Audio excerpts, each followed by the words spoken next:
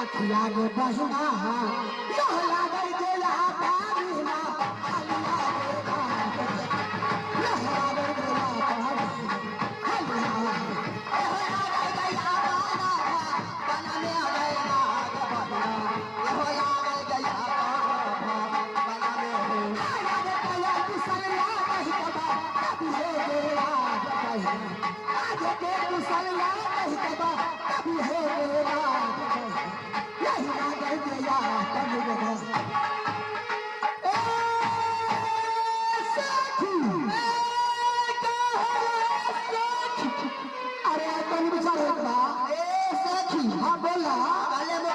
अच्छा आज छटकी के विचार से हुई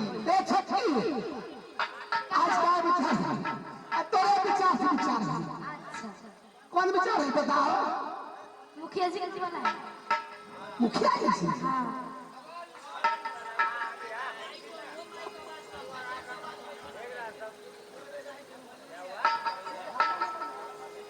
चल